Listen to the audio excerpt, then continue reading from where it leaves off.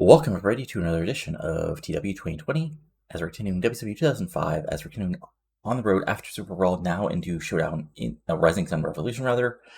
But before we do that, let's go over the final winners of the year-end awards. Again, a little bit disappointed with turnout, but I understand like there was the big break, so maybe you don't quite remember what happened earlier in the year, and you don't want to vote, so not a big deal. Anyway, but thanks to everybody who did turn out. But first, we got Wrestler of the Year, so Sean O'Haire won that with 40% of the vote. Booker, Eddie, and Rod VD got votes, but congratulations to Sean O'Haire. He had a solid year last year, world champion. Long feud with Chuck, feud with Chuck Palumbo, feud with Deadpool, all that fun stuff. Tag Team of the Year was sort of a overwhelming favorite, as Red Chavo got 4 votes. Silver City Rollers got 1 vote. They were sort of the dominant tag champs at the end of the year, outside of until Macias and Morningstar won the titles. So I can see why that. So there you go. Women's Wrestler of the Year was just Joanie Lawler. She showed up, she kicked ass, she held the title forever. So there you go. Again, not surprised. I maybe thought somebody would get a vote for Who's the whole year, but no. Not anything too surprising.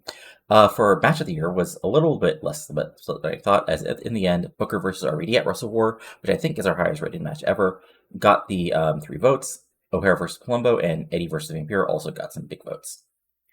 For Moment of the Year, 60% was Monty Brown set Goldberg through the WC structure at Havoc, and then 40% was O'Haire calling a shot and winning the title. So again, split between a big moment and another title winning moment. But there you go. Face Character of the Year was O'Haire creating a Future Shock with 40%, Sting and Flair, Kanyon, and RVD all with about 20%. But still, O'Haire is sort of the dominant character of the last year, so not surprised he won. Heel was Booker with his Queen Charmel at 60%, then Jarrett and Palumbo both getting 20%. Surprise. And Feud of the Year was O'Haire versus Palumbo with 40%, O'Haire versus Deadpool at 20%, Kanyon versus Kidman at 20%, and Chosen Few versus the Horsemen at 20%. So there you go. That's the year-end awards. Next big thing as far as you guys getting involved will be the will of course be the half-year awards coming up in a few months. Then the Mayhem tournament, which of course has been moved to August because of the change in the pay-per-view schedule and the split. And then of course the year-end awards. But that's all not up for a while. But so now for now, just enjoy the show. I'll be back with Nitro here in just a moment. After the opening, we're live from Laramie, Wyoming, in front of 13,000 people plus, as we went over a huge main event of Sean O'Haire taking on Jeff Jarrett in the main event of Nitro as the man who got a huge victory last night at Superbrawl takes on the man who lost the world title match at Superbrawl, Jeff Jarrett. And then we move. So then, everything is going through when all of a sudden we see Kanyon and Eddie exploding from the backstage area onto the ring apron, just beginning to absolutely just fight each other. Like Kanyon setting Eddie down the ramp, Eddie's getting out, fighting back with them. They Eddie sort of runs at Kanyon. They're battling down, tumbling down against each other till the officials try to break them up. They break them apart, but then they go after each other once again. Eventually getting back in the ring and beginning to brawl until the officials get at you. You split them up again, and Bischoff comes down to the ring, and he says, "What the hell are you two doing? I understood you fought. Nobody won last night. You still fought each other, but you're getting away of the business, and the business is the most important thing. But if you want to fight each other," and Kenny says, "You're damn right," and he says, "I'll kick his ass." Sort of start fighting, all through this, they're fighting at each other and yelling stuff, But I was but you see, you just can't mess up the format of my television show Nitro and get whatever you want. So if you two want to have a match with each other again to truly settle things, fine. Next week on Nitro, it'll be you, Eddie, team with him as he points at Kanyon, mixed popped, to take on, in a non-title match, the World Tag Team Champions, America's Most Wanted. Again, mixed pop for that because, okay, AEW are on the show. We like Kanyon, but we don't like Eddie, so we want them to win. And now I'm not going to ask you to win because you might not get along with each other, and plus AEW are the tag champs for a reason. But you cannot touch each other, you cannot attack each other until that match is done. You have to get along and do your best to win, or you'll never get a match each other again. And whoever causes the screw up won't be getting any title shots either. And Eddie finally somebody says, "SA, I'll team with him, fine. Once I'm done with him, I'm going after one thing, and that's the world title. I'm going to prove that I'm the best wrestler in this business after I get with that hack. And it's like, Eddie, I'll carry you in that tag match. Just like I helped the Horsemen. But after that, you're reminded by nobody's better than Kanyon. So face off, 91, good beginning. And there we go. Setting up a big tag match for next week. And sort of a continuation of the Eddie Kanyon feud here. Then we go to the ring where we have our opening match. As any bout that's Power Wrestling and Little Heat, Prince Jose gets the win over Shannon Moore in a little over 7 minutes by pinfall with the butterfly suplex, which I really should figure out his name for it. Just a solid, your not intro, your first match of the show. Jose and Moore, both part of the Cruiserweight division, going after each other. Eventually, Jose gets the pinfall win, no cheating, just clean, some heel tactics throughout the match because he's the heel. But in the end, the Prince of God, supposed Prince of God gets the win here and gets the pinfall victory on Nitro. And then, so match overall, Jose gets a 57, Moore gets a 38. And then after the match, Jose takes the mic. And he says, I saw last night that there was a crowning of a new champion in the Cruiserweight division. My title, you're a young man, so you may not know better. But if you know better, you will accept this offer. Lay down and let me take that gold off your waist, and I will give you riches you can never imagine. As a simple pauper that lives in this terrible country of America, I can bring you back from Ghana so many gold, so many riches, so many nubile women that you will not understand. But that's only if you kneel to your prince of the Cruiserweight division. So just a little promo again, continuing the little, angle character of Jose trying to pay people off. And there we go. 47, decent stuff. Nothing great, but again, this is sort of what we're, as we're building up the Cruiserweight division, what I'm sort of expecting. And then we go backstage where Borash is with, Sean O'Haire. And, O'Haire basically says, last night I closed one chapter, and now I'm on to another chapter. In Mexico, Jeff, you got help from Palumbo, and really screwed me over, and you are, as a result, you're in the main event at Superbrawl, getting the world title shot I should have. So tonight, I'm going to walk in that ring against you and remind you, while you cannot act like you're the chosen, but I've been the chosen one by the fans, and they're going to be behind me tonight when I kick your ass from one side of the arena to the other here in Laramie. And if you're chosen, if you want to get involved, they can get some widows can get made as well. There you go, just a decent little promo from O'Haire setting up the main event tonight of O'Haire versus Jarrett, as this gets an 83. And then we go backstage where Kaz and Yang, we basically go to the parking lot area where Kaz and Yang are leaving a limo with Stacy Kiebler. And as they're entering the ring, car basically pulls in, cuts them off, and outwalk and getting out of the car after being gone for a few weeks after getting absolutely attacked by Kaz and Yang is Teddy Hart and Jack Evans' Hart Legacy. And, Hart basically says, hey, you probably thought you got rid of us. No. And Evans like, no. We're here, and we're here to get our revenge on you tonight. And Stacy's like, you do not get involved in our business. They are the Ninkyo for a reason. They are rising up in tag ranks. You are former champions, long former champions, and you need to get out of our way before I release Kaz and Yang to do what they will. And Hart and Evans are basically ready for a fight. And there's some more arguments eventually. A match is made for later tonight: Yang versus Teddy Hart. So there's 72, decent stuff. These guys aren't the great promo guys. Stacy's getting Kaz and Yang over, so there you go. And then we have the debut of the Secrets of the Sin finally in the ring as they face off against two local guys, Apollo Khan and Niles Young, and they just kill them. It's just a total squash. Honestly, maybe I should have just put it as a minute, but they play with their food a little bit before finally destroying Rothschild. Rothschild gets the win with the claw slam. Sure, that sounds like a move they would do. This gets a 27. Killswitch gets a 45. Rothschild gets a 38. Killswitch's gimmick is already stale, so that's unfortunate. But I'll just have to note that.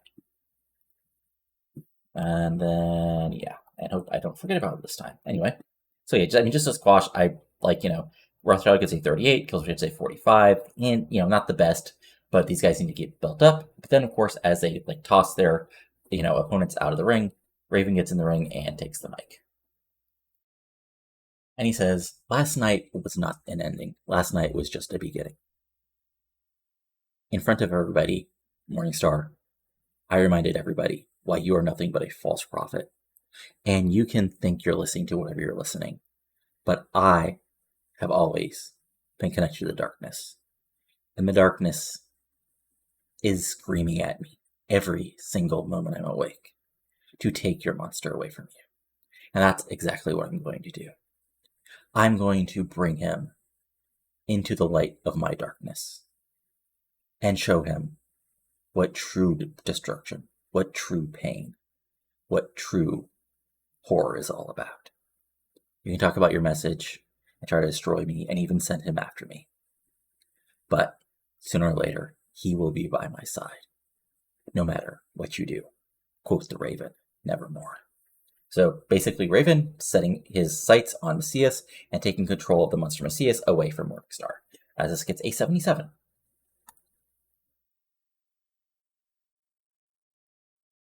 Oops. And then we go backstage where we basically have Brother Ray just cutting a promo to, like, he's out on the quote-unquote street somewhere, as he says, I gave it my all, but I blew it. Monty Brown, you beat me. I can't say anything else about it, but if you think that's the end of Brother Ray here in WCW, I'm going to get back on these streets. I'm going to do what I do best. And or who I'm going after, you're never going to see it coming. So just, Brother Ray setting maybe his sights on somebody new, or who knows, as this gets a 71. And then we have a quick little tag match, which unfortunately got the pre-show ding, which is not the end of the world, as Bata Taparasing Naskrati, Hidaka, and Reckless Roberts gets the pin over the Great Suzuki and LaRue in 542, and Hidaka pins Suzuki. This gets a 40, LaRue gets a 40, Suzuki gets a 53, Roberts gets a 50, Hidaka gets a 47. Just a quick little, high spot match to get some of the Cruiserweight division over, on the match and put Hidaka and Roberts over, because LaRue is, of course, a permanent jobber and Suzuki only works Monday, so there's nothing else I can really do with him as far as actually building stories. But, heels get the win, and then they celebrate to 40 words afterwards. And then we have, coming out to a really, big heel response, Don Frye and Randy Savage. Crowds, are booing, as the announcers say, we just thought Randy was coming in as a commentator on Revolution, but obviously he had other plans. And he takes the mic and says, well. For the last 24 hours, I've gotten phone calls, text messages, emails. Hell, I haven't even gotten a telegram or two asking me, Randy, we thought you were retired. We thought you were done. What were you doing helping this man attack Goldberg last night? Well, let me tell you something. For the last 7 years, I've had to deal with the fact I never really got my match to prove my mettle against Goldberg. Now, this isn't me coming out of retirement. It's, brother, it's past my time, and a man has to know his limitations. But let me tell you something. Oh, yeah. A man did reach out to me, as he saw on TV every single week, Goldberg getting treated like the only thing that mattered in professional wrestling, like nobody was bigger than the world. And he reminded me of everything he's done. He's fought legends in front of tens of thousands in Japan. He's fought all over the world. He's fought in no rules matches, in ultimate fighting, in a cage, in a pit, everywhere. So Goldberg, this man, he is divinely dangerous. And once you recover from the beating he just gave you, he'll be ready to give you one legally in that ring. And show you why you were always a protected chump. Oh yeah, dig it. And then 7 Fryer walk away. 76, decent promo, putting over this new feud. Not quite as good as I was hoping for, mid 80s, but sometimes that happens. Not the end of the world. And then we have a quick in-ring as Lippin and Tolan are here. And they say, basically, say, we are proud to present to you once again the sexiest man in WCW and an international superstar like myself, together to take on our opponents and show everybody in this disgusting state of Wyoming, where the buffalo may roam, and we're not talking about the animals outside. Boo. Why we are the future of WCW, and why we are the sexiest trio in the business today.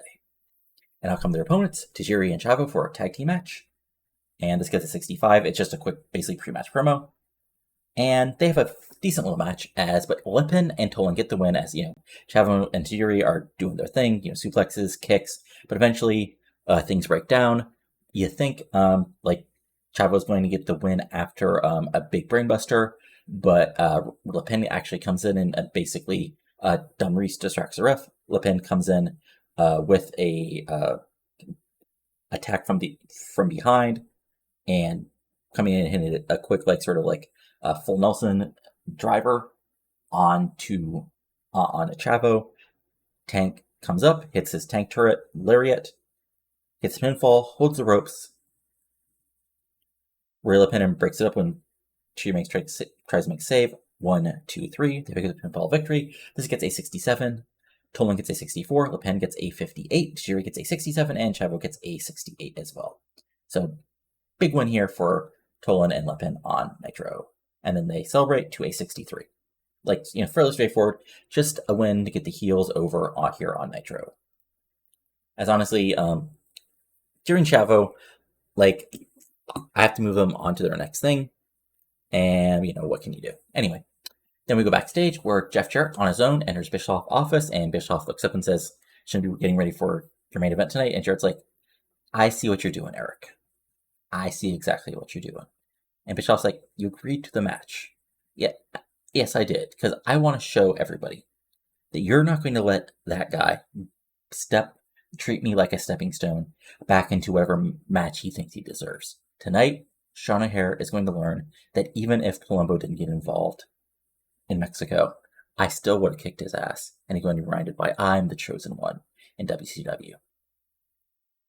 So 82, decent little heel promo as to setting up the main event as this gets an 82. And then we move forward to our semifinal match, and this show might be a little underwhelming. I might have to worry about a kick-ass show next week to make the people at the network happy. Regardless, fun back and forth match, high flying match as you imagine from these guys. Yang does his high flying stuff, does some healing to get the crowd against him. Hart does his high flying stuff, sells. Yang does some chops, knife edge chops, savate kicks, taking down Hart, getting some blockbusters, big suplexes. Hart battles back with his own high flying, and eventually, ref is distracted by Stacy. Kaz comes in, big old roundhouse kick to the back of the head. Yang goes up top, hits the Yang time, 1, 2, 3, and the heels pick up the victory here on Nitro to the boost of the crowd as this gets a 73. Teddy Hart gets a 79. Yang gets a 48. You can imagine Hart wasn't happy about this, but I'll pay him off. Because I'm okay paying off people when the game can't recognize that in real life a wrestler would be fine doing this as part of the storyline, but what can you do? Anyway, 73. And then post-match, we have looks like a 2-on-1, but Jack Evans comes down and makes a save as the heels back away as he helps his tag partner up, and there's a stare down, and it appears this feud is far from over as it gets a 66. Then we go backstage where Jason Jett runs into Truth again, and Truth is like, I gotta ask you one question, Jet. And Jet's looks at him, and Truth is like, are you going to keep on being a bitch? And Jet fires back, look, I'm money, and you've proven nothing, Truth. So how about this? I'll find a partner, you find a partner, and next week, if you can somehow manage to beat a team with me on it, you can have a shot to lose to me as the television champion. It says, Truth basically agrees, and the match is set up for next week. Truth and partner versus Jet and partner next week on Nitro, as this gets a 69, and then time for a main event. So the thing is, I already know O'Hare and Jarrett have bad chemistry, I forgot that until I double-checked something, their history. But we'll see how good this is. Okay, yep. So back and forth match. Happily, I think basically them both being over and a decent decent rating for the current for the storyline put on there helped them out. But back and forth match. But like I said, they don't click. So I've just managed to sort of make some stiffness. Jarrett not able to quite do the storyline he takes, and it's a little stiff and back and forth and a little sludgy. But eventually, O'Hare hits his finisher, and no outside interference, just O'Hare getting the clean pinfall victory in a little under 17 minutes with the Widowmaker after hitting sort of the power slam, big lariat, picking him up, Widowmaker right in the middle ring, 1, 2, 3, and O'Hare gets a 66, Jarrett gets a 72 because of the lack of chemistry. But then, Jarrett slides out and heads to the pack, and as O'Hare is celebrating, out of nowhere, first, Jonathan Toro enters the ring, and the announcers are confused, as he is now the future U.S. champion. But then out of nowhere, Romeo and Swinger attack Toro from behind, and it's a 3-on beatdown, as the announcers put over that Jonathan Toro must have made his choice, as he was a free agent, as all former champions at the beginning of the year would be after they lost their titles, and they've made their choice. The Roman Empire is on Nitro, and they're attacking John O'Hare to make an impact. So this gets a 91. Good stuff, and that probably saved the show. Oof. Okay, 82. That's I'm thinking. Oof. I'm trying to remember my contracts. I think. Yeah, I should have done one long backstage segment with either O'Hare, Jarrett, or one of my over guys. But you live and learn. Again, that was more of a show to get people over. Not really get people over, but more to set up things for the future. But what can you do? Shit happens. As this loads, as we look at Bison Smith, who does not have great stats.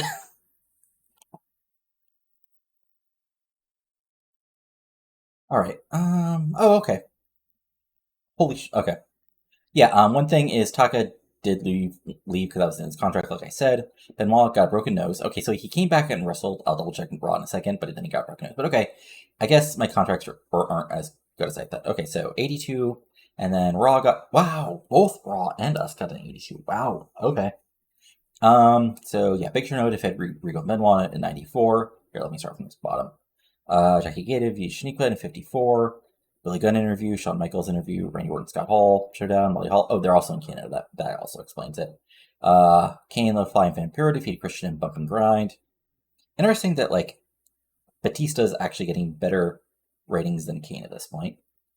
Triple H interview, DDP interview, Brock Lesnar won a squash, Scott Hall defeated Randy Orton in 80. I'm guessing Orton, they don't have great TV.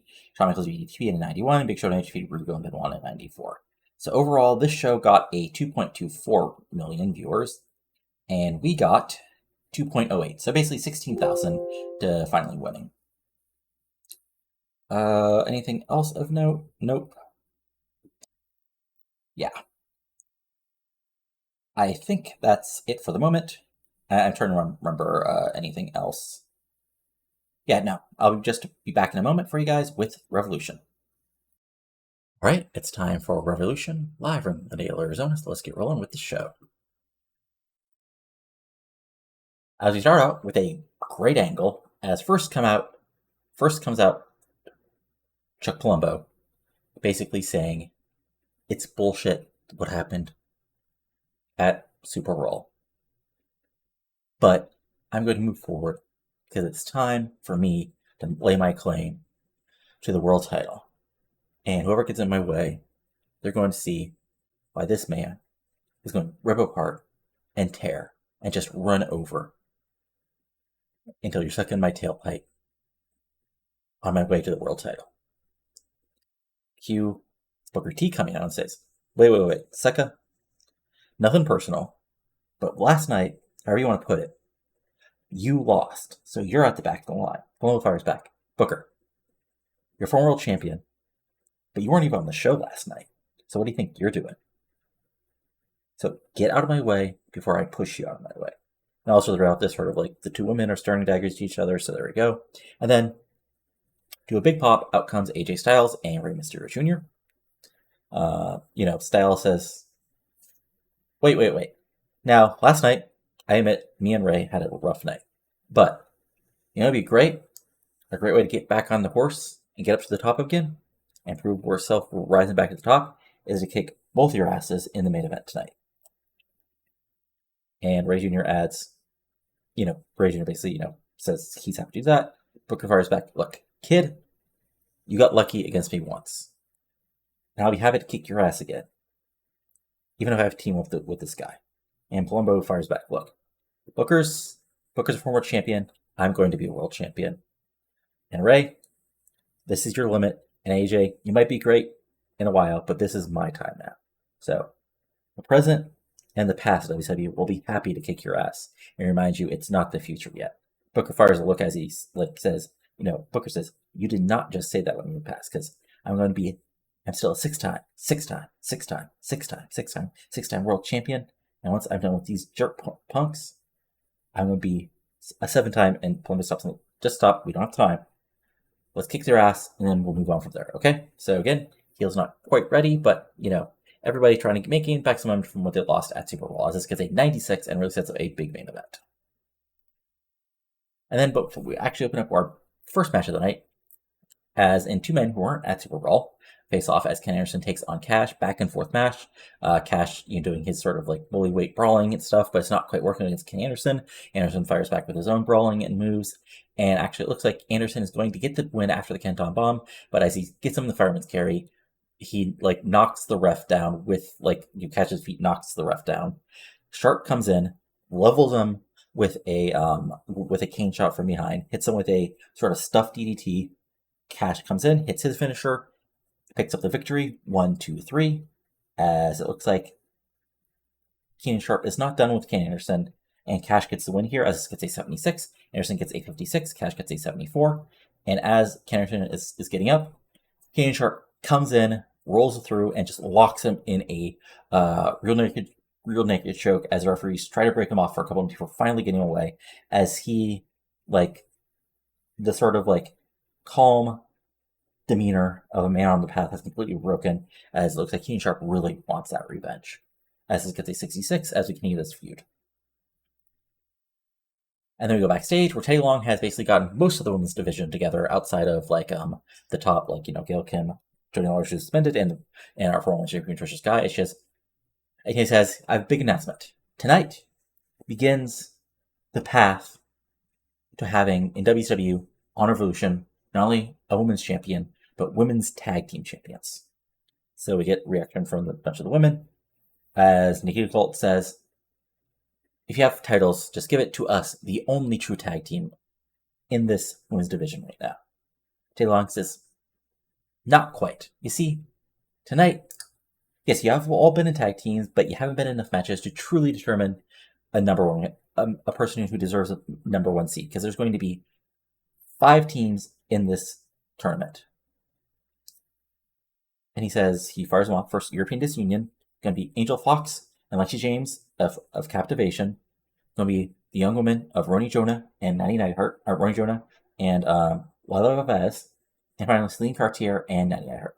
But tonight, to set that up, and a 15, which will be announced next week. But see, what's going to happen tonight is going to be an elimination fatal 4-way match involving 4 women for each of those teams, and the winner of that 4-way gets the number 1 seed and a bye to the semifinals. And the first woman that's eliminated, her and her partner will face a mystery team next week in a sudden death match. And then we'll have 2 semifinals 2 weeks from now, and a final match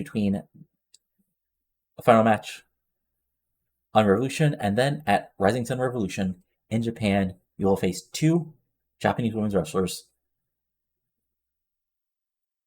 who will be contracted and will win a qualifying match to face off to determine the first WC Women's World Champion. Women react as well, as there's a bit of a stare down between the heels and the baby faces. They are really worried of each other. But yeah, so officially have a women's tag division now. We actually have enough women and enough teams, or at least quasi teams around, as we got Captivation, the young baby faces, European Disunion, the new team that'll be coming in, and fun stuff like that. It's not it's not going to be like it's not going to be like a top tier belt, but it's also not going to be like the sort of mess that the real life WWE Women's Tag Belt is. Yeah, this gets a 66 as there you go, fun stuff, and we continue the all the feuds and setting up the women's tag match, women's tag tournament and the women's match later tonight. And then we go backstage where Booker T and Chuck Palumbo are facing off, and basically, first Booker says, "Sucker, tonight we work together. You don't let your old lady get involved unless I tell her, and we can do fine." And Palumbo fires back, "You don't let your queen get involved, however great she was for you before.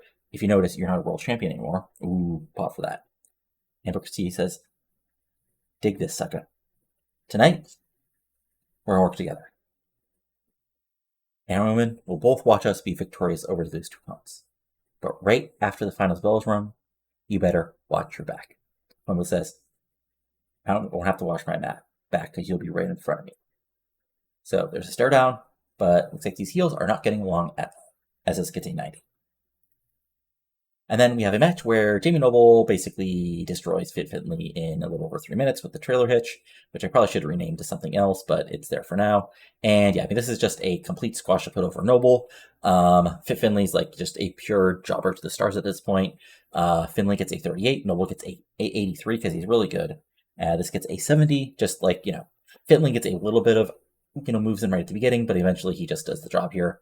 And then Noble takes to mic and says, "I noticed last night that Alex Wright became the United States champion. Well, I think it's a disgrace that a damn German is the United States champion. So I'm here to stand up for America, to take back that belt from that damn croat. So, Alex Wright, I will fight you for America's honor." And the crowd boos us because they like Alex Wright, like he's not some like evil German heel, and Jamie Noble's an asshole. Now he's trying to take the flag and fight for the U.S. title. Yeah. So there you go. This gets a 72. Fun stuff as setting up this new feud and Noble as a new number one title contender for Wright. And then so after this, we fade into like a beach that's like we see a little crown that says Lake Havasu, or right, that's the break stuff. And he says, and then we see a man, a young looking guy who looks muscular and is good looking, and he says, "Welcome to the Rowdown with Chris Roxy. And dude, I'm here for WCW at Spring Break 2005 to see the most British spades, all the action, and show you the youth, what the youth is all about today." And basically see like we see this guy who, if you don't know, is Chris Borambola, dev talent way back at this time, real life for WWE. I signed up a while ago, and now he's coming up as a Spring Break Bro gimmick, which got an awful rating. That's unfortunate. But basically, we see him at various at a bar, at a volleyball game, basically hang out with people at a dance contest, which is just an excuse to put our various women on the show here. And crap, okay, that is hilarious. I was trying to put I don't even remember who the other women off from our Dev Turi I brought up. Maybe it was I forget who, but regardless, I accidentally put Mickey J and Raven on sex appeal. That is hilarious. And so this gets a 22, as it's just like a random thing out of nowhere. But it's to debut Rowdown Chris Roxy as this new character, sort of, because this is sort of like the height of puka shells, brim hats, trucker hats, that whole kind of awful mid-2000s culture. But hey, it's supposed to be a part of wrestling, because hopefully wrestling is somewhat dealing with the zeitgeist of culture. So his gimmick gets an awful, which unfortunately not terrible, but no real low to it. So there we go. The Rowdown with Chris Roxy makes a debut here on Revolution. And then we have Alex Wright. Basically, we're training at the same point we saw him at the last week, and Tori's talking to him he sort of dispatches as easily some random wrestler, and he says, and he talks to him and says, "Look, Alex, you've been doing great, and there's a United States champion, but I really think you got to get ready with some tougher competition. And I found somebody who's willing to train with you and really push you to your limits. And in walks that man on the right, who she says is Keith Walker. He's been fighting on the underground all around the world, and he really wants to show you what he has. And as they sort of face off, ready to go at each other in the ring, and Tori watches with a smile. So we have the debut of Keith Walker, and Alex Wright likes doing this. So then his new gimmick is Fight Club, which gets a gimmick of 4, unfortunately. But still, fun stuff.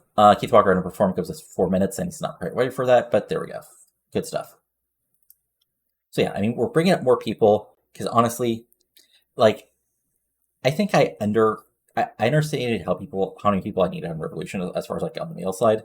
I think I've expected, like, I'm not quite more matched. I mean, because I'm trying to do, again, not to throw shots at AEW, but, like, I'm trying to do, like, 2 women's, like basically either 1 big women's segment and a women's match, or 2 women's matches a week, or at least some sort of combination that gets most of the women on TV. Because that's one thing. It's one thing to not have matches if they're at least on TV doing segments, like just what happened with the women's tag stuff.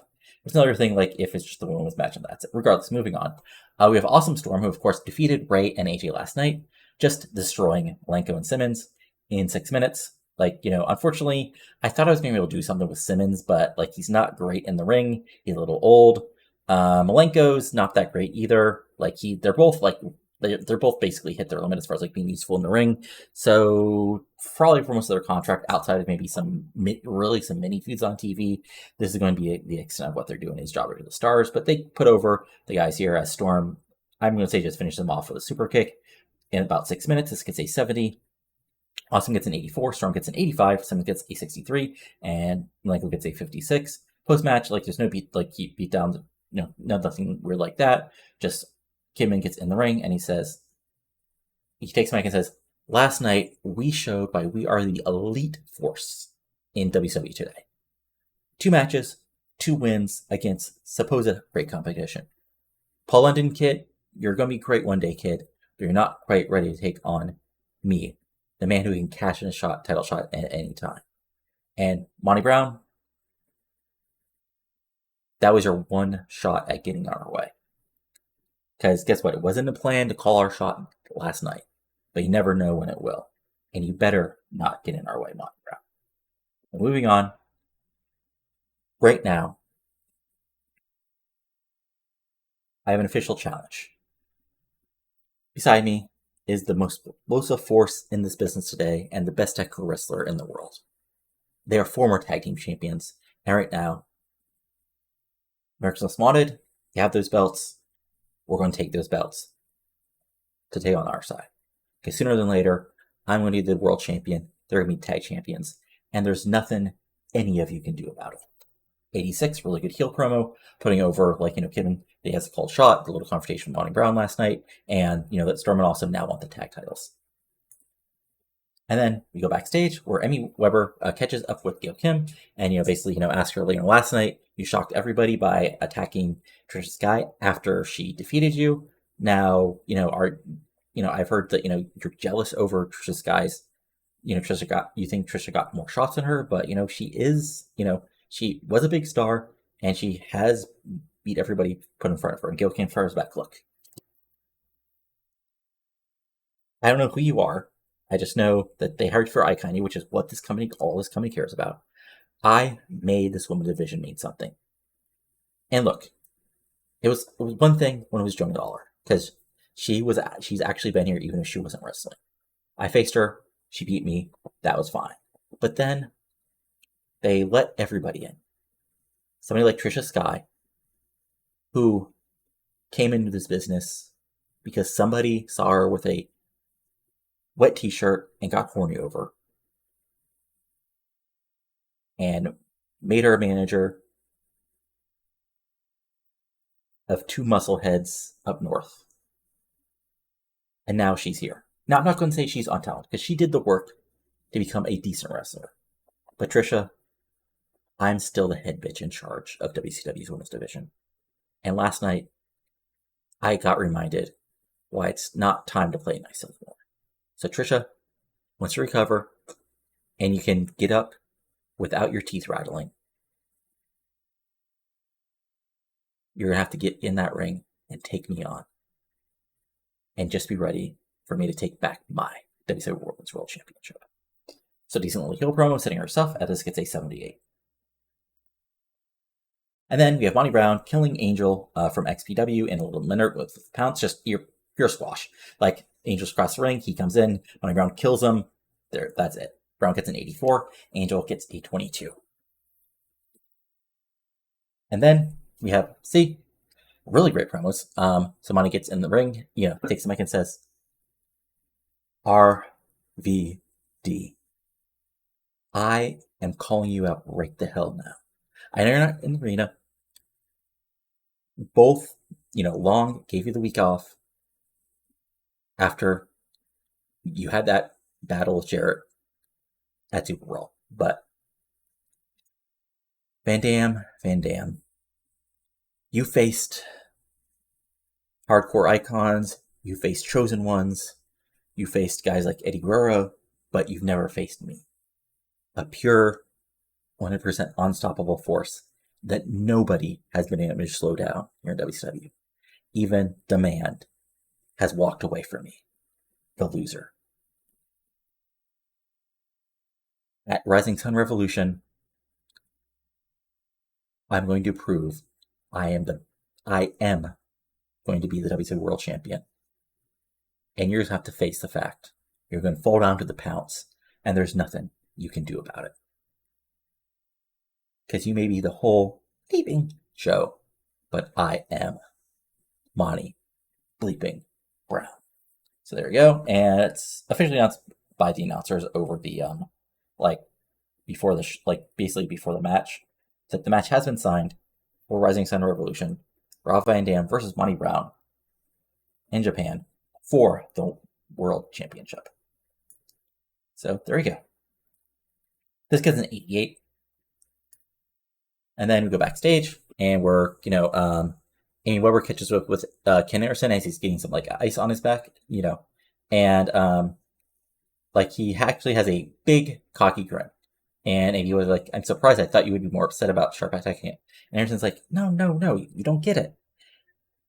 I'm glad everybody saw exactly beneath that little exterior of Keenan Sharp that he's just a man, he's not some guru, he's not some cult leader, he's just an asshole like everybody else.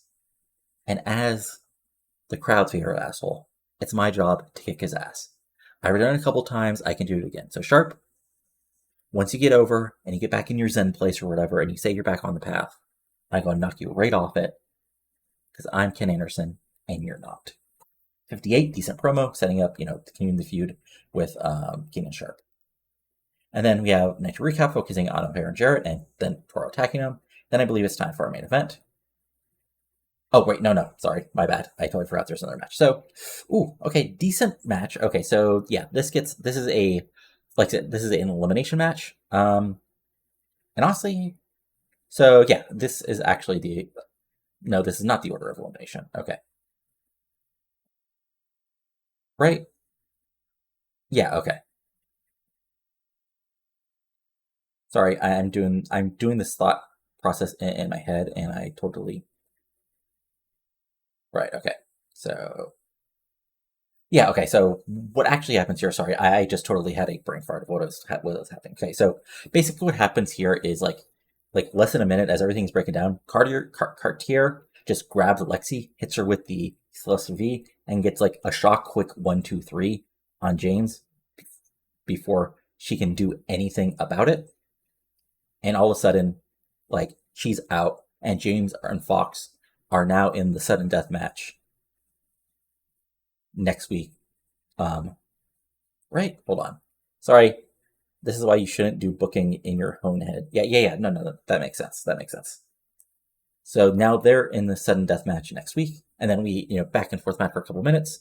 Eventually, Busick rolls through and hits a sort of modified suplex hold on Roni Jonah, hits her with a big knee and gets a pinfall victory to knock her out. And then we have a back and forth match between Cartier and Busick, but eventually Cartier pinned Busick 1, 2, 3 right in the middle of the ring to earn her team alongside Neidhart the Shock #1 spot. So that gets a 69, Carter gets a 66, Busick gets a 64, Lexi James gets a 56, and Roni Jonah gets a 54. So fun stuff. Like I said, 69 overall, good match.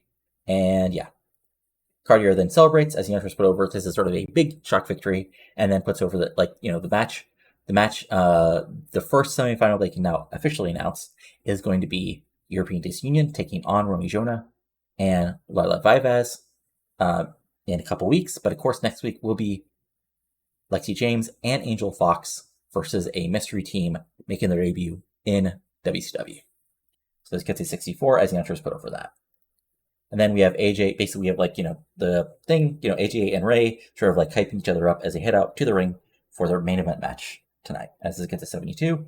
And then this gets a, okay. Yeah, that's what I thought. Let me see. Is there anything really going on here?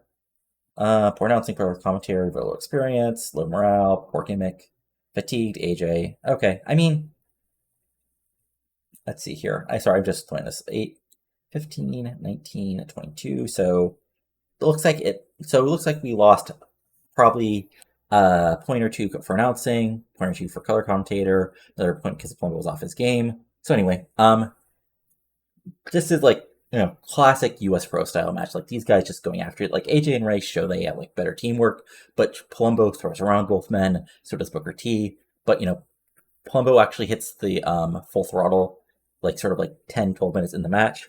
But AJ makes a huge springboard dive to break it up right before the 3 count.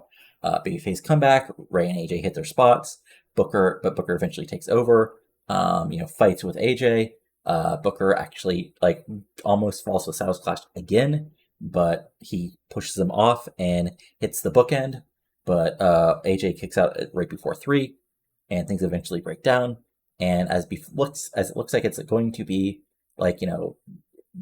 Booker comes in, but then he actually drills Chuck Palumbo with an axe kick. Ray Jr. sends him out of the ring. AJ hits a Styles Clash. 1, 2, 3, and he pins Chuck Palumbo as AJ and Ray get the big victory here. This gets an 81 overall. Ray gets an 89. AJ gets an 88. Chuck gets an 85. Booker gets an 85. Like I said, Booker gets an 8. Could have been a better match, but unfortunately, announcing cover commentary, all that fun stuff. And overall, the show itself gets an 86. So yeah, honestly, could have been a lot worse.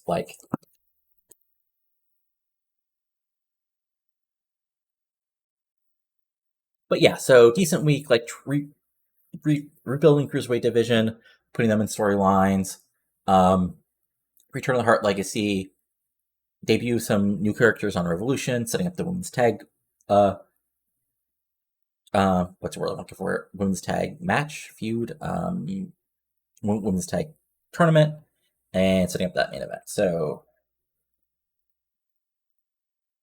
also, what is Revolution getting on? Right. 0.3, okay. So let me just go. So 0-1 and AJ. Okay, first WWE. Wow, that's interesting. Then Australia, Johnny Curtis, otherwise known as Feature, Tyler Breeze, and Eric Aguilar are the top guys. Got Revolution versus Mighty Don't Kneel. Roadkill's there. Fun stuff.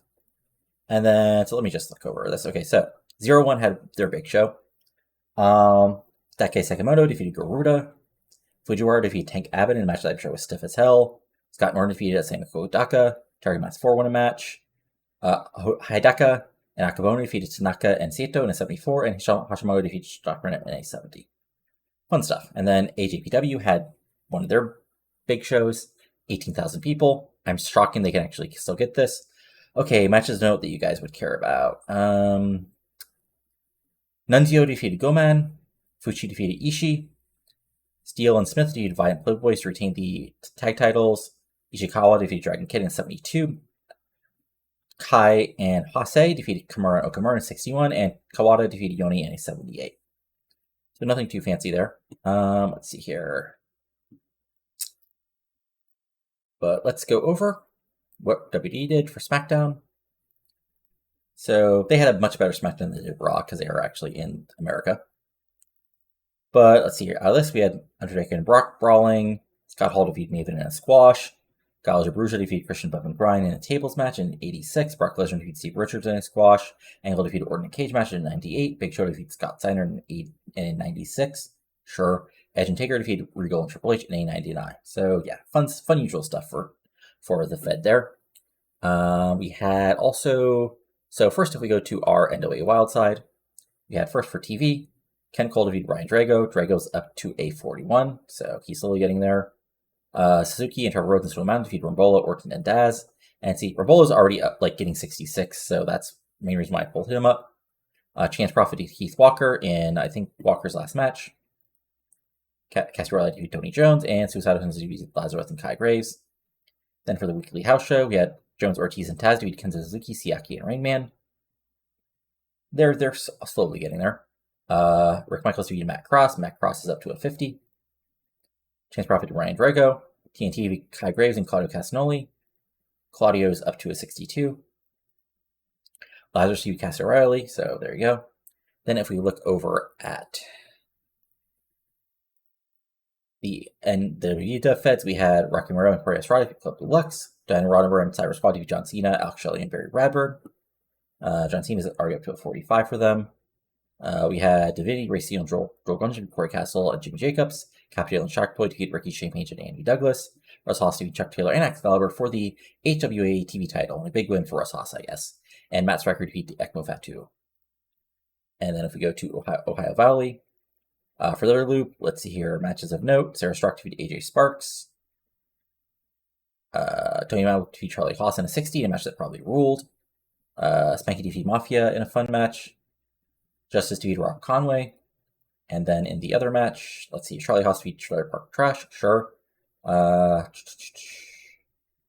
Shane Taylor defeated Shara Stock. Mitch Page defeated Chemo. Drew Matthews defeated Mafia in a 63. Dwayne Ryan Rob Kawi defeats Spanky House IBQ in a 71. And Justice defeated Trent Baker.